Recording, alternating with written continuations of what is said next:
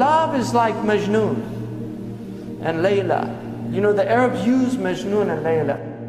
He says, didn't you ask about that place, that neighborhood it's not there anymore?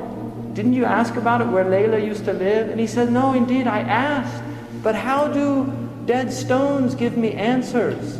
You know, where did everybody go?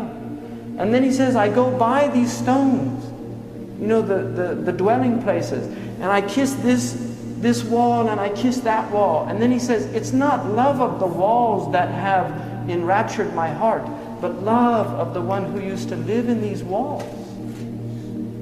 That's why we go and visit these places. It's not the places.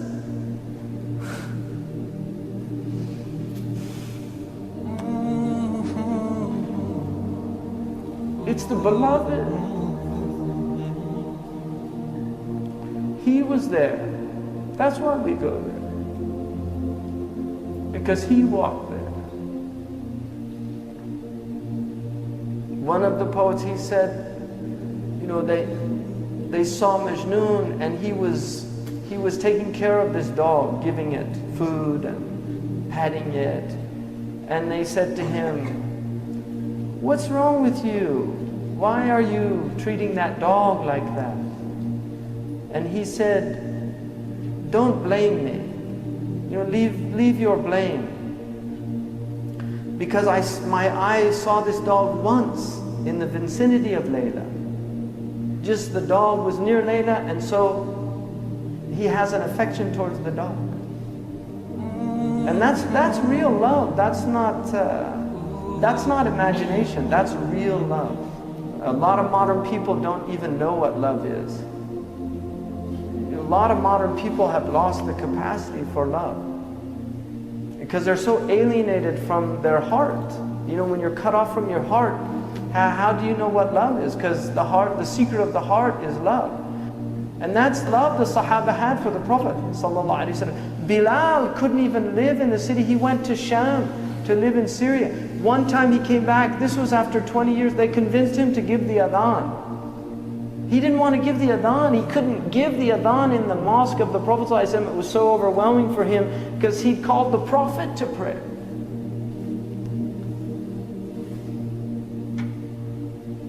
So he gave the adhan and people came flooding out of their houses in tears, thinking the Prophet ﷺ was going to come and lead them in prayer. Because that, even after 20 years, that's how connected their hearts were to the Prophet ﷺ. That's love. That was the state of these people. It was a state of mahabba. You cannot love Allah without loving what Allah loves. You don't love the beloved without loving what the beloved loves. When Abu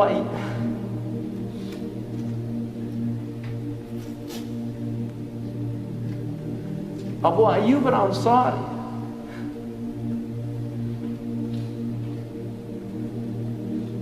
when the Prophet ﷺ came to Medina and he said to let the camel go, when it came and then ascended at the point, alighted at the place where the masjid is now, Abu Ayyub took the bags of the Prophet.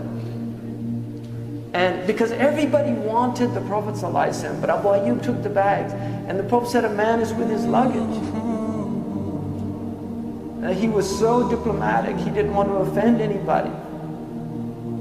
And so he went into the house and Abu Ayyub put him on the bottom floor because he wanted to honor him. It's easier to be on the bottom floor than on the top floor. You have to walk up the stairs.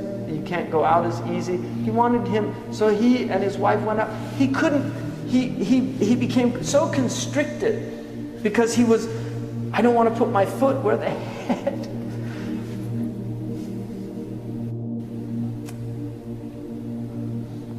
You know, where the head of the Messenger of Allah. This is adab. People don't have this understanding anymore. You know, this loss of adab in our age. So he went and he asked the Prophet, please, we can't stay above you. And so the Prophet changed places with him. And then he would bring the food up. And when the food would come down, he told his wife, show me where the messenger's fingers ate from, and then he would eat from that place. This is tatabbu' al-athar, following the traces. And then one time he took some food up that had garlic. And then when they brought it down, Abu Ayyub asked his wife, where did he eat from? She said he didn't take anything from it. Abu Ayyub said, فَزَعْتُ, I became completely, faza' is like to be in a state of shock. And he ran upstairs and he said, Ya Rasulullah, was there something haram in it? He said, no. He said, it's just garlic. I don't like garlic. I don't eat garlic because I speak to angels. And angels don't like bad sense. Angels like high sense. But his state when he saw it, did I do something? I mean, that is adab. Because it's mahabba, it's from love. He had so much love. When years later, when hard times fell upon Abu Ayyub al-Ansari, he went to one of the caliph at the time and he asked him for help. And he said that the Prophet ﷺ said a time will come when people won't help. And the caliph said, what did the Prophet say to do in that time? He said, be patient. He said, well then be patient. He needed help and he left. He went to Ibn Abbas in Iraq and he went into his house and he said, Wallahi. And this is years after he said, I'll do today what you did on that day. He emptied his house, he gave it to, and then he gave him a big gift. Oh, Ibn Abbas was very wealthy. He gave him a big gift of money and treated him the same way as that's love. You love the one who loves the beloved.